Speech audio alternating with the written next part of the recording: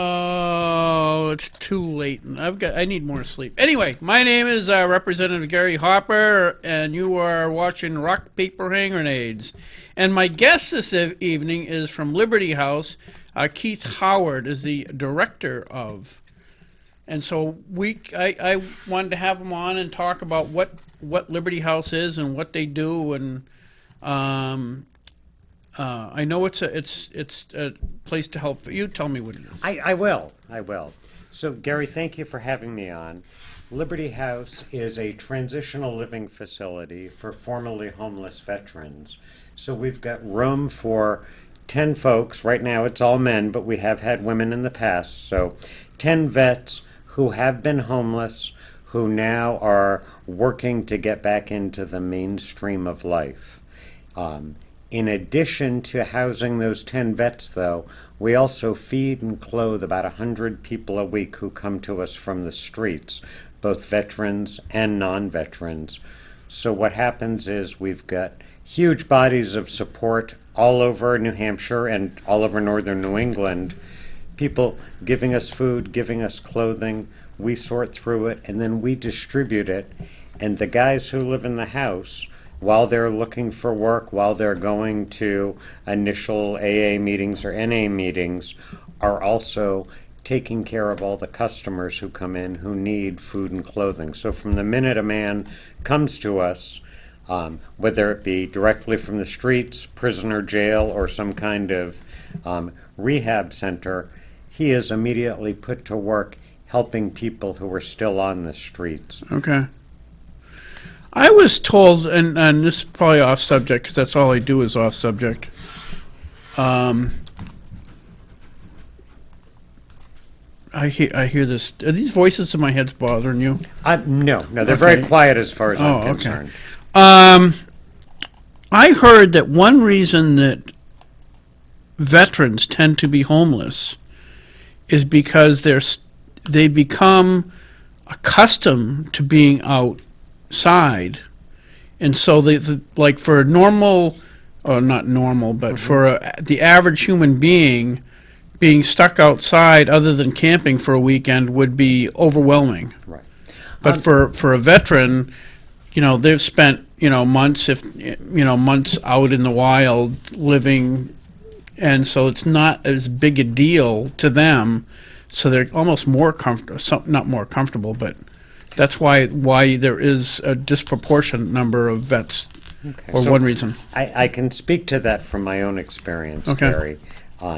While now I'm director of Liberty House, 10 years ago I was living on the streets myself. I am a veteran, so I was a homeless veteran. But in the meantime, between when I'd been with the 8th Infantry Division and when I was on the streets, I had bought a house, had a family, done a number of different things. So it might be for guys who were just out of the service that's true.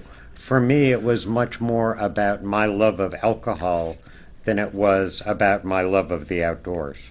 Right, yeah. I just mean that they can tolerate it better. Yeah, well, right now I'm getting ready to move up to Pittsburgh, New Hampshire to live in a converted motorcycle trailer about 20 miles from the Canadian border and run writing workshops for veterans from all over New England. I have to, before you go up there, I got to introduce you to my friend Tommy Sharps. Okay, Tommy Sharps. Tommy Sharps has I'll tell you more about it. Anyway, he's been on the show. Really, really awesome guy. And he's got a house right up, the center of Pittsburgh? Yeah. He's got a house right. If it can be said to be a center, yes. I know Yeah, the where you tap on your brakes and Yes. look around. Yep. Yeah. Anyway, so I got to introduce you to him. Anyway, yeah, that's pretty. I can't use that word. Okay. Requires a lot of intestinal fortitude. Well, it's something that Liberty House has helped me to be able to get comfortable with. A few years ago, we had this notion that converting cargo trailers, so 8 feet by 20 foot trailers into livable spaces was a possibility. So I worked with one of the veterans that was living there, created such a space, and then lived out in Raymond for a year in that converted cargo trailer just as proof of concept. And that's the same kind of thing that we're doing right now. So the voices you were hearing, you're now Yes. gesturing to? Yes. Okay. My hallucinations have come to life. Come on, Eric. This is the Honorable Eric Eastman. Didn't want to interrupt you, sir. Not That's to worry, that- my friend. Important that people hear what you had to say, Well, thank particularly you. about your adaptability, which is a trait that I'm sure has served you well at Liberty House. Well, And reaching it out has. to these folks. Yeah, so I've been there for 5 years, and in that time, Good to see you, Gary. we've had probably 100 folks pass through Liberty House, and our success rate is between 70 and 80%. And when you consider, How do you, how, well, how, I'll be, just as how a, do you determine success? as a legislator, Yep. I hear a lot of recovery places saying that they're X Yep. percentage success, and nobody will tell you how they arrive at it. Well, you know what? You've just met a nobody, because I will tell you how to define it. The way that we define success is that somebody who's leaving Liberty House is moving into stable housing, which is to say it's not just that they've gotten a check from somebody to cover first and last month's rent, moving into housing that they can afford, that they are working full-time or have enough money to be able to support themselves, and then for the first 3 months after they leave us, we are in touch with them on at least a weekly basis, hopefully going to their house absolutely with phone calls, checking to make sure that they are remaining drug and alcohol free, because that is another part of success. So 3 pieces: you got enough money to be able to support yourself, you got a place to support yourself in, and you're not going to be peeing away your money on drugs and alcohol. So we really believe that remaining drug and alcohol free is one of the keys for people being successful. And you mentioned being a legislator.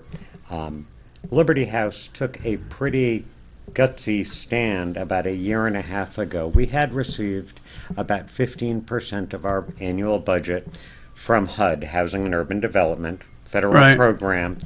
HUD in 2015 embraced a philosophy known as Housing First, which has a lot of good things about it.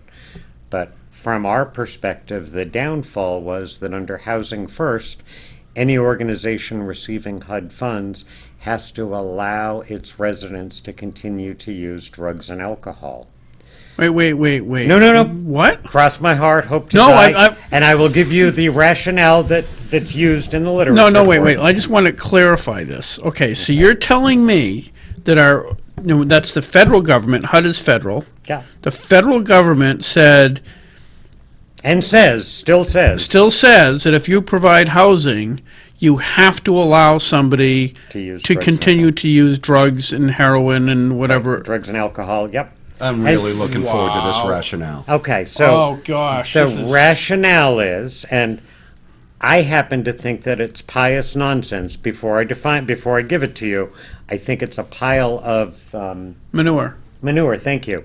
But the explanation is, the rationale is, if you require somebody to get clean and sober before offering them housing, you're saying that you're giving them an impossible task. Instead, what you should be doing is saying to them, come in here, we will provide you with so much support and love that you will say to yourself, you know what, I don't need drugs and alcohol anymore. That is Now- almost, they got to have almost brain damage to believe that. Well, yeah, and I mentioned that I've been in recovery now for 10 years. Yes. I have to tell you that if I had been, when I was out on the streets stealing mouthwash from dollar stores to drink for the alcohol, if somebody had said, here's an apartment you can live in rent-free, and don't worry, you go on doing what you're doing because we trust that you'll come around, chances are I would be dead now, not from living on the street, but from my alcoholism. Right. So right. let me get back into the gutsy part of what Liberty House did. Okay, so, and then we can talk about the nonsense part. Sure. Okay, so, He and- sees it in the eyes. yeah, August. You want to jump right, on this, but it's right. important that we hear, Right. So about what's in going on. August 2015, I went to my board of directors and said, this is what the feds have mandated. We need to step away from federal money. And my board of directors, being made up of business people, said, no, you can't step away from 15% of your budget. That's crazy. I said, no, if we're going to remain true to who we are and we want for veterans to leave here and be successful, we have to stick to this. We have to give up federal money. And they said, Keith, very nice of you to say these things, but you can't give up 15% of your budget.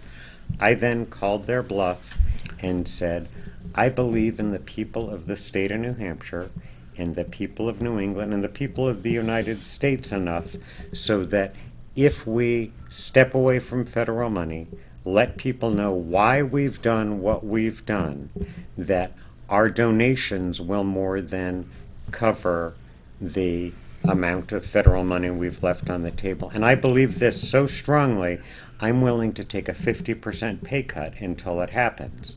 At that point, the board of directors blinked and said, okay, you're on. So I took a 50% pay cut effective January 1st, 2016. January 6th, 2016, had an op-ed in the Union Leader that outlined exactly what I'm talking about. It got picked up by Fox 25 out of Boston, who did a story, and then it was one of those like half of a news cycle national stories, but enough so that people from Milwaukee, people from Kansas City were sending us checks, and not small checks, significant checks, to help us make up for the $40,000 that we had stepped away from. So by March of last year, I was back to full salary, and our donations have not seen that same huge spurt that they'd had, but are significantly above where they had been before, because we as an organization were willing to take a risk because it was doing the right thing. So, Wow. yep. So, Stepping out in faith is an awesome thing, but it takes a lot of kahunas. well, You can say kahunas. It does, on- but yeah, you can. It's a good Oh. synonym. But you have Wait, a is mission. that cultural appropriation, though? Would you like it to be?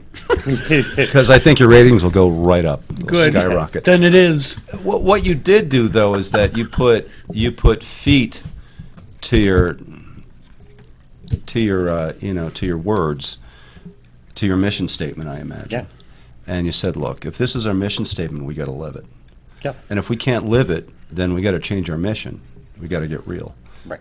People will see right through us. Yeah, because well, So I got to tell you, it was not as highfalutin as all that. It was that I have looked into the eyes of dozens of men over the time that I've been at Liberty House and seen the respect that they have for the fact that I was where they were and I got clean and sober, and now I'm where I am.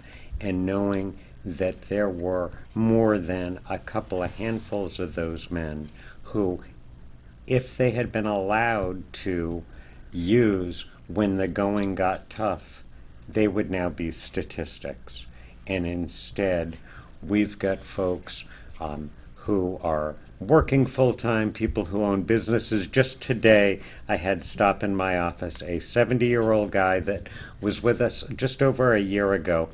I met him in prison where he was finishing up an 11-year felony.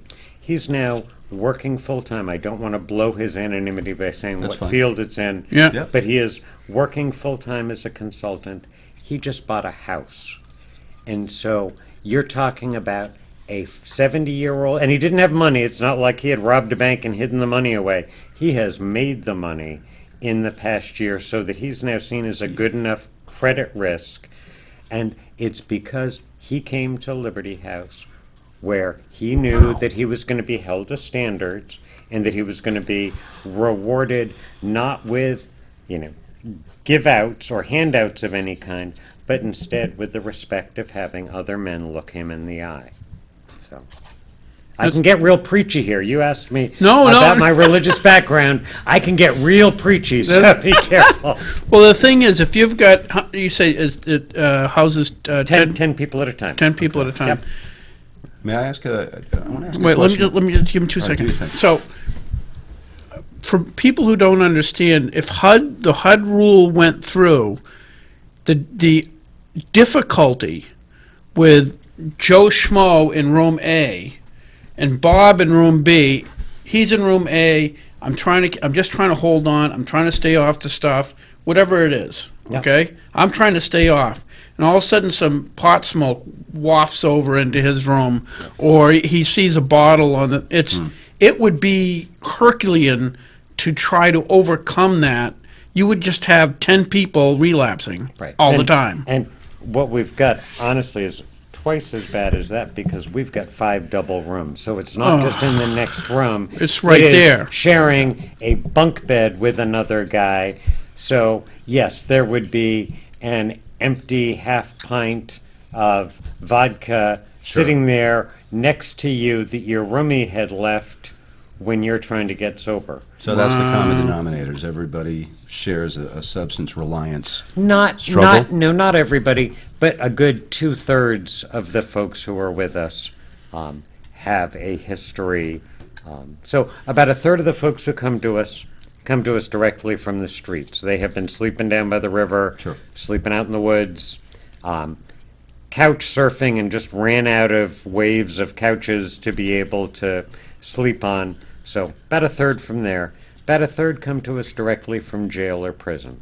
So I spend a lot of my time, and our case managers spend a lot of their time behind the walls, talking with guys, holding up the opportunity of coming to Liberty House as a reason for them to stay straight while they're in prison, to not screw up. And then about 1/3 come to us from drug and alcohol rehab programs. I see. But the guys who are in prison, most of them have got histories of drug and alcohol. Same thing with guys who are on most of the people in street. prison is drug and alcohol. Right, I mean, directly or indirectly. Not necessarily that they get arrested for drugs, but because they were on drugs and they did something or on. It's a lifestyle thing. Yeah, it is. Yeah. Well, It's like every- I didn't get arrested every single time that I drank, but every time that I got arrested, I had been drinking. Huh.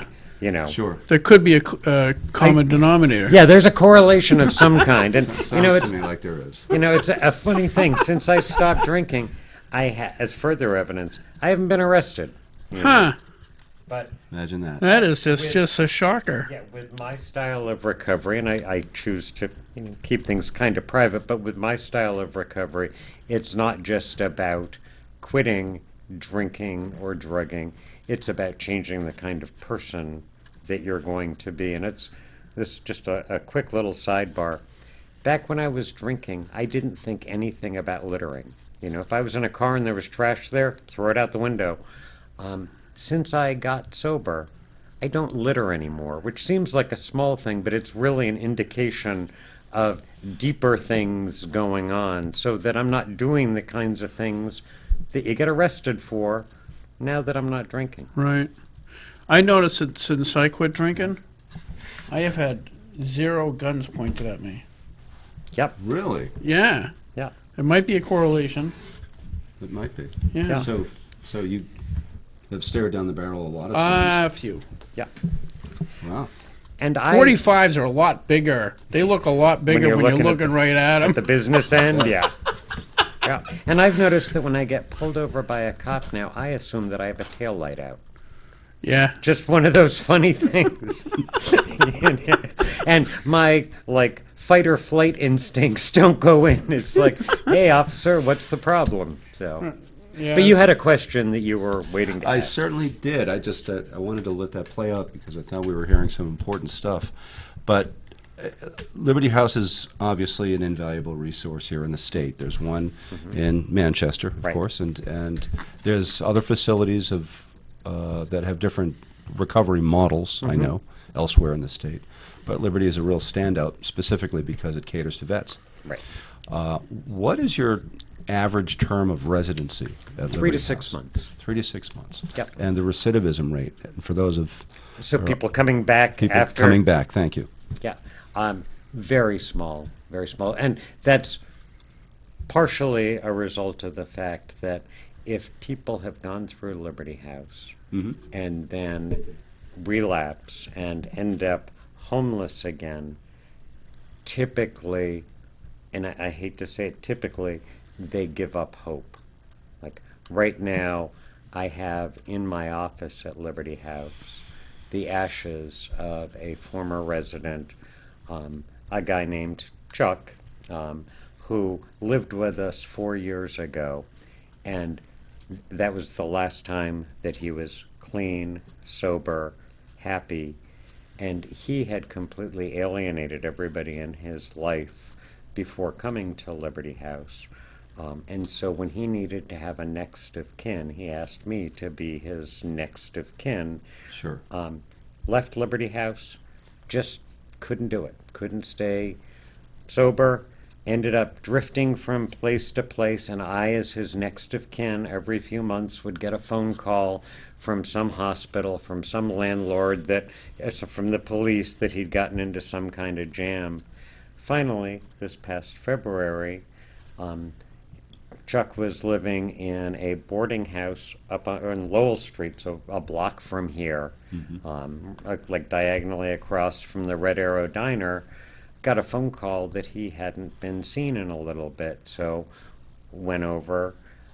He lived up on the 3rd floor, went up, knocked on the door, no answer, got the manager to let me in, and Chuck was lying on the floor, dead, empty, half-gallon of vodka on one side of his head, and half-full half-gallon of vodka on the other side of his head. Goodness. This is a man that I had known and loved and had really believed was capable of getting back into the game. So he was cremated. Funny little story. I ended up having to pay for the cremation out of my own pocket because otherwise his body would have been sent up to Concord and just kind of stored away up there. I did get Wait, reimbursed. that's probably too off topic, but what would they do? As I understand it, and I don't. The funeral home is very nice. But they said somebody's got to pay for this, or we ship the body off to Concord. And so I don't know all the details. I don't want to Okay. pretend to be an expert on corpse storage in New Hampshire, but I did end up getting reimbursed for the cremation. But I've now got Chuck's ashes in my office. And let's see, 2 weeks from now, or a week from next Monday, we're going to be having a small ceremony out in the backyard at Liberty House, unveiling a stone memorial. We talked about it and decided not to have it focus on Chuck, not to have it focus on death, but instead, and I don't have the exact words in front of me, but the message is, Liberty House found me when there was no friendly direction. I found here love, hope, and companionship. So we're going to unveil that monument and then spread Chuck's ashes around the backyard of Liberty House, because I am, again, next of kin. Sure. I kept in touch with him for the last 4 years. I know the last place that he was truly happy was the backyard at Liberty House. So it's not all happy stories. Like, I can tell you lots of great and positive stories. Just last night I got a text from a former resident saying, Keith, I need to be honest with you. I've started drinking again. I don't know what to do. So I texted back, let's get together for a cup of coffee, try to figure out. But, there also are a ton of positive stories. Month and a half ago, I went to a community theater production, not going to say the town, because I want to protect this guy's anonymity, but so former resident who, when he was with us, came to us from living in his car and surviving on vodka, now was in a community theater production. He's working full-time. He's got a girlfriend. He's running half marathons, and he's in a community theater production. So you talk about That's a transformation of people, and he's like, he's a nice guy, but it's not like, oh, he's this super guy that I would have picked out and said, there's a guy that's going to do great things. He was like, nice guy. I bet he can do this, but he is just a man who has continued to do the right things. He has kept his recovery at the center of his life, so that even though he's got a girlfriend, even though he's running, even though he's in community theater stuff, he's still going to AA meetings on a regular basis, still has a sponsor, still does the things that worked when he was first getting sober. I think that's one of the keys to long-term sobriety. I mean, you can. We were talking in the break room that alcoholism or drug addiction is like it's like an automobile. You can take it and you can fix it up, after an accident, and put it on the road, and it'll hit another tree, and you can fix it up, put it back on the road. Until you change the driver, that thing's going to keep running into trees. So so you can get somebody into a program for 28 days and get them off of heroin, alcohol, or whatever substance they're addicted to. And so physically they'll be doing pretty well after about a month. But if you don't change that, if you don't change that spirit, the mind, it'll just go right back. So the follow-up of like going through your program and then continuing on with a 12-step program or whatever program they choose is huge. Yeah. That's the only way you can have long-term success. Well, I have to tell you that from my experience at least, for alcoholics to change, they have to be at a point where they are so terrified that they're willing to try things that they don't necessarily fully believe in. Let me give you an example. When I'm not a big God guy, but when I first got sober, I had somebody in my life who said, get down on your knees and ask God to take away the compulsion to drink. Yep. And I said, I don't even believe in God. He said, doesn't matter. Get down on your knees, ask God to do this. I said, it's going to be so stupid. He said, listen, I don't care what you believe. You came to me for advice. You came to ask me how to stay sober. I want you to get down on your knees, ask God, even if you don't believe in him, to take away the obsession to drink. So that night, feeling very embarrassed and awkward and self-conscious, even though I was alone in a room. So I don't know if I was self-conscious because I was afraid God was watching me or what it was, but got down on my knees, said, listen, God, if there is a God, please take away this obsession to drink. And I'm not a guy that believes in miracles, but I can tell you that obsession that I'd had, not just a desire to drink, not just, oh, I'm feeling overwhelmed and a drink would feel good, but there's a real obsession that exists in alcoholics and addicts. That obsession was lifted from me that night. So if I had not felt so desperate, I wouldn't have been able to do that. I would have said, forget this. This is just stupid. I know, and I got a friend that's in Alcoholics Anonymous, and he was telling me that Alcoholics Anonymous is not for those people who need it. It's not even for people who want it, because there's plenty of those. Yeah. But Alcoholics Anonymous works for people who do it. Yeah. Like, in other words, you went to a sponsor or somebody and says, what do I do? Yeah. And they said, get down on your knees. Right. And that's the key. You got to be, if somebody comes to your program and they're not willing to do what you ask them to do, they're still arrogant enough to believe. And it's really weird because I've met a lot of people. I'm thinking of one guy specifically. He is so arrogant, and yet everything he's ever done or tried has failed, but he won't listen to anybody else. Have you been looking into my soul? Because that would absolutely be my story at different points in my life. Yep. I brought him up to a treatment facility. I said, don't get involved with any women. Just do what you're told. First thing he did, he got hooked on some girl, and boom, he's done. Yeah. So, So moral you of the keep on story having is- substantial questions, and you never get them out because you and I start yapping away. So please. No, not at all. But I mean, Gary raises an interesting point. If a really reliable wheel that is versatile and works for lots of people has been invented and has been test driven and proven, namely in this case the program, or the facets of the program anyway, whether Yeah. you're formally in the program or not. Right. The steps, Yeah. the point behind it all, the cascade of events that happen in your life as a result. If that's been done and been replicated in countless lives, coming at this process headstrong or arrogant, or thinking that you have the answers or that you can write that script unilaterally yourself, that's a mistaken approach because your brilliance has gotten you into this predicament in the first place. Oh, yeah. So apparently your brilliance just may not quite be enough to Right. pull you out of this hole. Well, the So thing, rely on somebody else's brilliance for Yeah. a change.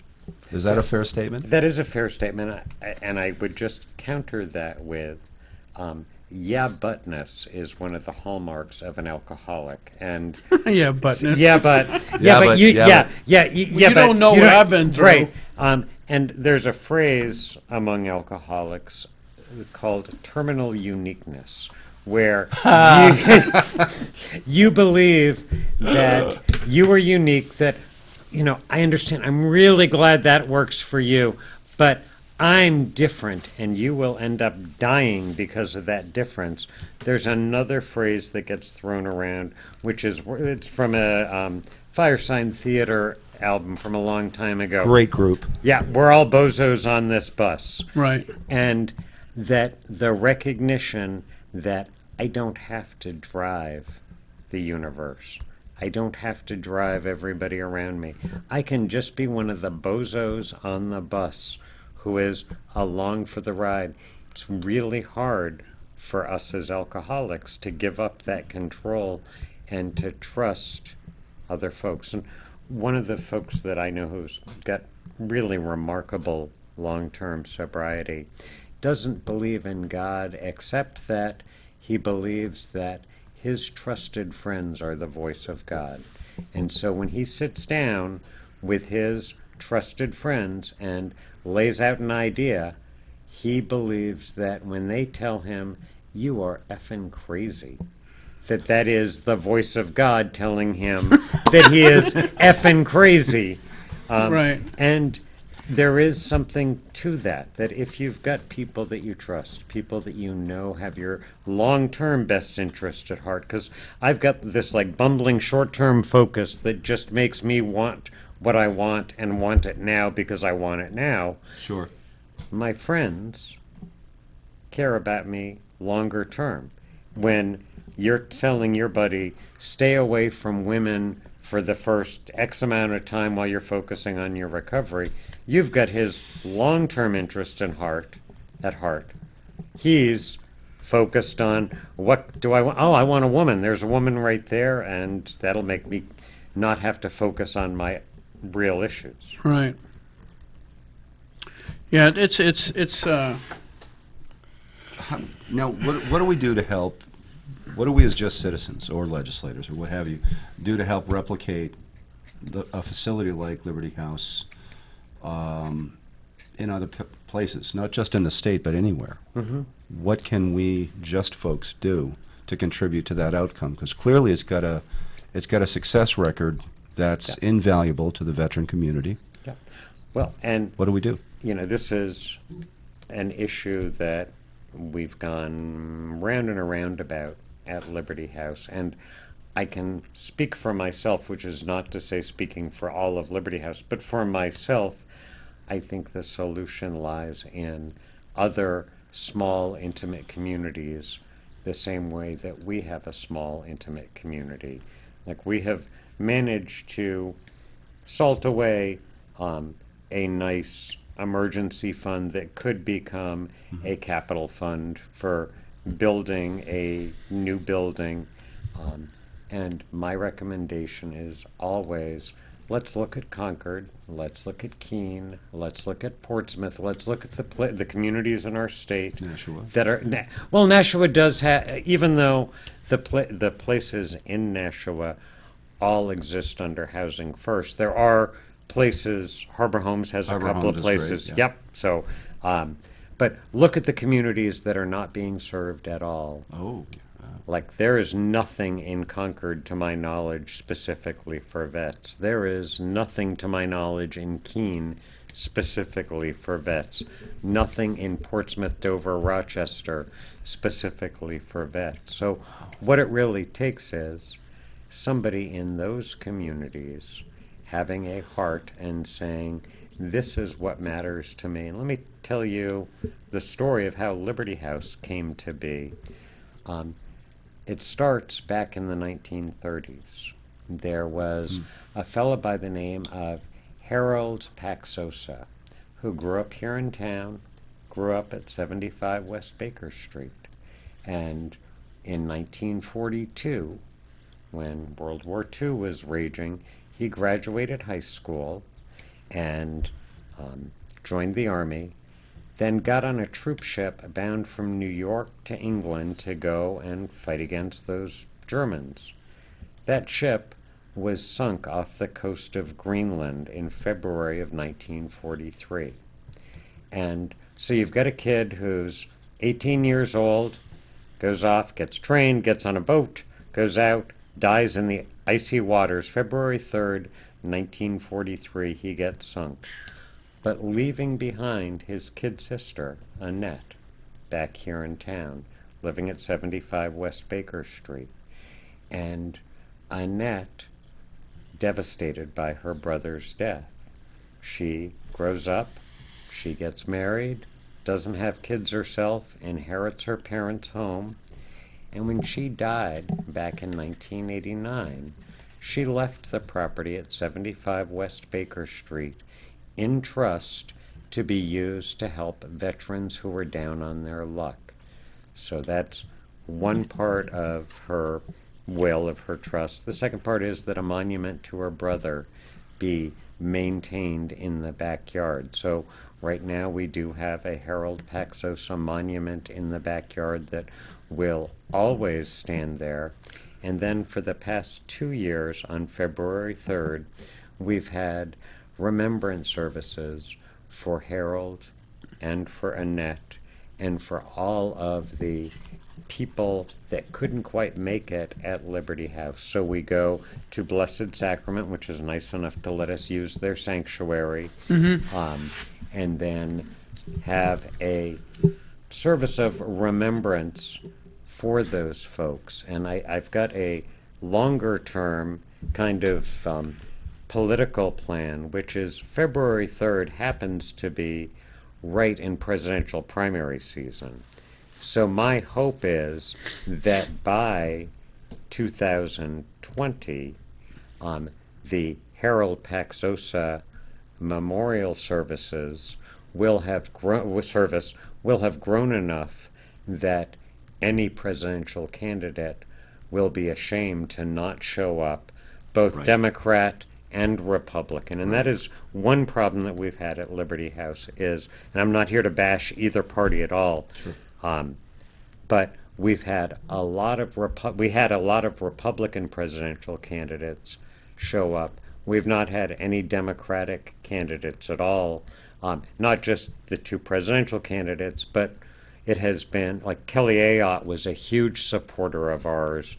I would love to see homeless vet issues become completely nonpartisan at all. In the same way that cancer research, for the most part, not seen as being a partisan issue, I don't want for veterans to be seen as being in the responsibility of the Republicans.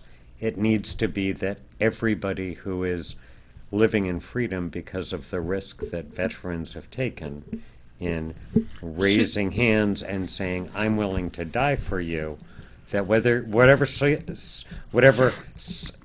side of the aisle you sit on in whatever legislative body you're talking about, that aisle gets completely obliterated when it comes to homeless veterans is my goal. Well, As well it should. the thing is Yeah. I think if when you look into alcoholism and drug addiction, a lot of it is a self-medicating response to stresses. And when I know, I just saw it in my father. My father was in the Chosin Reservoir in Korea. And I know, especially for the first 20 years after he came back, he had a lot of anxiety. I mean, he controlled it. He did well. As far as, from the outside world, he looked like he was very successful and everything else. But that's why a lot of people, they're drinking because they're self-medicating. They're trying to just calm down because their fears and the anxiety so in effect, fighting for our liberty has enslaved them Yeah. to drugs or alcohol, because that's the only way they can deal with this situation, or Yeah. they can yet. Yeah. And taking care of those people after what they've done for us is just it's horrible not to, Right. It's a huge responsibility that we all bear. Exactly. For the 2 years that I served with you in the New Hampshire legislature from 2015 to 2016, I served on the Veterans Affairs Committee. And believe me, there were Democrats and Republicans there too, and these stories would come up. And this, the honorific record of service that any veteran has zero to do with partisanship. Right. It has everything to do with having sworn an oath to uphold and defend a constitution that caters to a democratic republic. So there you get both of those words in that. Yeah. Well, Right? I got to tell you that when I raised my hand and said, I will die for you, nobody asked me, are you a Democrat? Are you a Republican? Exactly. Are you an independent? Are you a member of the Communist Party of the United States of America? Just, are you willing to defend the Constitution and lay down your life in doing so? Sure. Once I said yes, then I do think that the people of the United States took on a responsibility to give me an even break. Right. I'm not saying everything should be easy for vets, but they owe every veteran an even break. Well, especially like in That's the a great choice of words. Yeah, Yeah. but, well, the Even thing is, if you take a look at, like I said, I wasn't a vet, but I saw it in my father. They're trying to deal with this stuff of, of all the crap that goes on in warfare, and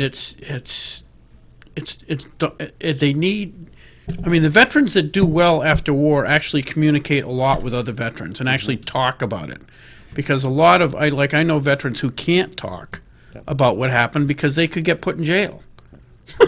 Right. Well, honestly, so I mentioned that I'm leaving Liberty House in a few weeks, and September. September, yeah, September. Moving up to Pittsburgh. I was going someplace with this. Oh, and so the place I'm going to be living at is 45 Warriors at 45 North. It's in Pittsburgh, 15, 20 miles south of the Canadian border. Right now, it is a hunting and fishing retreat for veterans and veterans only. But what they discovered is there are veterans who, once they have stepped away from the uniform, do not want to be around guns. And so that's why I'm going up there to run writing retreats and hiking retreats and quiet retreats instead of hunting and fishing, which is great and great therapy for people that it's great for. But for somebody who's been traumatized by gunfire after 6 months in a combat zone, the thought of walking through the woods with a gun and hearing guns go off may not be refreshing and relaxing. Yeah. Oh, yeah. So tell me, that's why I kept looking on my watch. I want to make sure I give you time. So you're a writer. Yes, just And had my you're- first novel published. Yeah. Okay. So how long you been doing that? I've been writing for a long time. I just got the guts to start to share it with folks recently. So I've got 2 other completed novels in the can, and then looking over the course of this next year to write a memoir, because I do have some stories to tell, and then be working with veterans who want to be writers. So September 22nd to 29th, having my first retreat. Vets can either come up for 3 days, Friday, Saturday, Sunday, or can come up for the whole 8 days. Everything is free for them. I will do my best to provide transportation myself for any veteran that lives in the state of New Hampshire. And it'll all depend on who the vets are that take advantage of it as to what we're going to do. I have one fella already signed up who's actually a Liberty House alumni. And when John came to Liberty House, he had been living out in the woods in Antrim for a few years, basically drinking himself to death. Came to Liberty House, got sober, and he left us about a year and a half ago. In the last year and a half, this really shy, quiet guy has organized and put on 2 major fundraisers for Liberty House, both at the Hillsborough American Legion, which is where he used to go to drink. It has been all-day blues festivals for us with local and regional blues musicians. And this is a guy who had been living out in the woods. Now he wants to learn how to write better. So he's signed up. He's going to be up there with me for 8 days. It'll all depend on who it is that comes as to what we're going to do. Let me know. I could take at least. I got a truck, so I could take at least one person up. Wonderful. I will absolutely I will hold you to that. Be careful what you Crossed offer. my mind, minivan, so Yeah. yeah, sure. Okay. Good. And I like going up there anyway. That's Yeah. my inferior motive. I'm fascinated by your craft. Yeah. As a person in the arts myself, acting and directing and all of that, obviously we rely on the insight and the innovation of writers, Yep. right? Yep. To create worlds for us to occupy and stories to tell. So You know, I love the I'm way very you just keen said on that. what you're doing. and I'm gonna I'd be love paying to close talk with you attention. off the air at some point. Sure, So, sure. good. Now, Happy to do I it. did spend 5 years traveling the country doing improv theater with at-risk teenagers. So Love we it. have some language it. to, yeah. Yeah, Oh, that's it's good awesome. stuff. That is- A remarkably therapeutic medium is acting. Oh, it and is. writing. Yep, yep. It can change your world. I almost came up with a joke for that, but it failed. Well, I almost get there. laughed You'll if get that there. helps.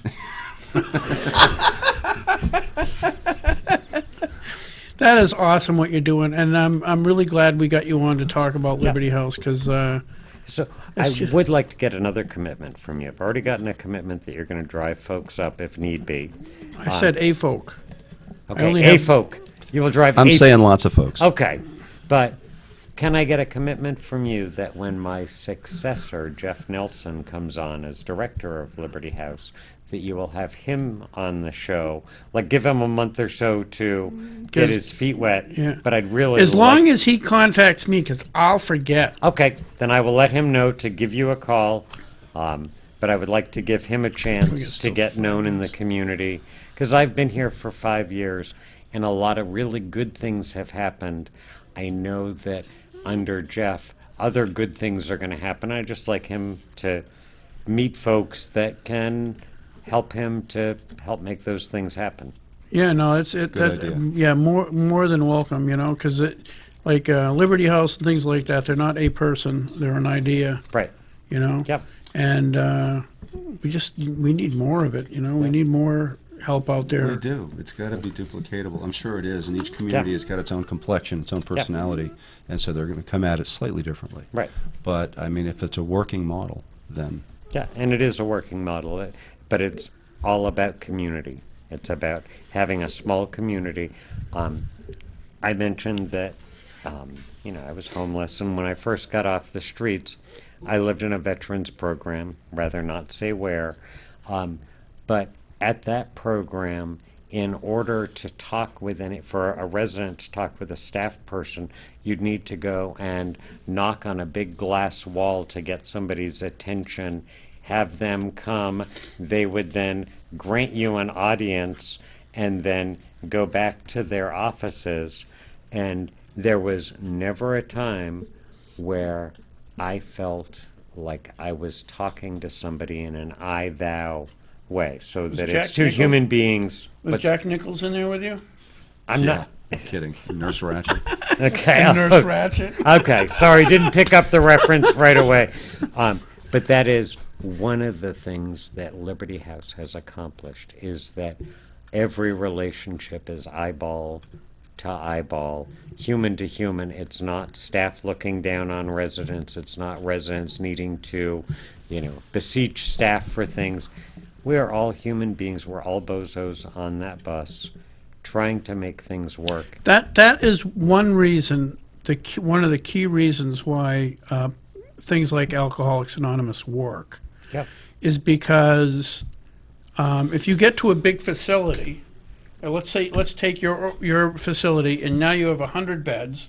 Well, now you need a guy with a doctorate in psychology or psychiatry to run the place. Then you need 20 nurses, Right, okay, all of which may not be alcoholics. right. But the fact that somebody like you, okay, who's been on the street, Yeah. and you're talking to somebody who's they just come to your facility. Yeah. You're not looking down at them. You have respect for them because you've been there, you've done that. And that's what Alcoholics Anonymous does. There's people, because if you go to a normal human being and said, wow, I just racked up my car and I ran over somebody when I was doing it and they're in the hospital, a normal person would go, what a jerk. They'd just hate you immediately. Whereas an alcoholic's going to look at that same human being and go, oh, there, but for the grace of God go I. Yeah. Holy mackerel, Yeah. dude. Yeah. You know? And humility's got to exist at all levels. You got to Yeah. you got to have Reaching out, respect for you're people receiving. Yeah. if you're going to deal with people, I wanted to give it a big shout out real quick. I know that we're running low on time, Yes, but a sir. big shout out to all innovative American writers with vision Nice. and good stories to tell. Okay. And I somebody- want to say goodbye to Sam Shepard. Okay. Okay, yes. One of my personal favorites, I'm and glad you caught that vibe. yeah. Yeah, no, I didn't even notice that. I noticed the theater guild down there. As But- a writer, which Sam you Shepard are. You take your was clothes great. off because that's Sam, not yeah, okay. Sure. No, I wore the shirt on purpose. We just lost an iconic, wonderful voice of the latter part of the 20th American century, Sam Yeah. Shepard. And as Who's a he? fellow writer, Yeah. I Who's can see Sam that Shepard? you appreciate that. He's an actor, director, and a writer that. Yeah, that- won an Oscar for his part in The Right Stuff, but really better, I think, going to be remembered as a writer. And also, What did he do you write? do you remember Jessica Lange? Yes, did you see I King remember Kong? the actress, name. actress. Did you see King Kong? Yeah, yeah, Back yeah. do you remember the beautiful, beautiful woman? In the original one? Not Fay Ray in 1976, the remake. Oh, yeah, yeah, yeah. Yeah. Anyway, he was married to her for a long time, and that enough is for him to be immortal, as far as I'm Oh, concerned. yeah, absolutely. Yes, yes. Yeah, and he was a good buddy of Patti Smith back Yes, in the day. yes, I saw- in the 60s yeah, and 70s, yeah. and she wrote a beautiful memoir-ish. I don't want to call it an obituary because I don't Yeah. think she'd want it called an obituary. That appeared in Yeah. the New Yorker just yesterday. Yeah. But He also co-wrote with one of my favorite Bob Dylan songs, a song called Brownsville Girl, off an obscure 1986 album. Okay, I know this is way far afield. We gotta I go, apologize. so- But you've Quick, got a quick, wealth Keith. of stories. Hey. You've earned the right to tell those stories. So thank you for continuing that tradition. Well, thanks. Keith, thank you very much for what you do at Liberty House. If you guys want to get in touch with Liberty House and help out or donate, how do they do that? They can call me at 603-361-6266, my cell phone. I answer it. Or you can go to libertyhousenh.org. Keith, thank you very much for all you're doing for the vets and for yourself. Amen. Thanks. And Thank you, Keith. Eric, thanks for hanging out with me. Sure. You're the man. Happy to get here when I can, and it's a pleasure and an honor to sit here with you. Well, thanks. I really We'll enjoyed see you guys this. next week.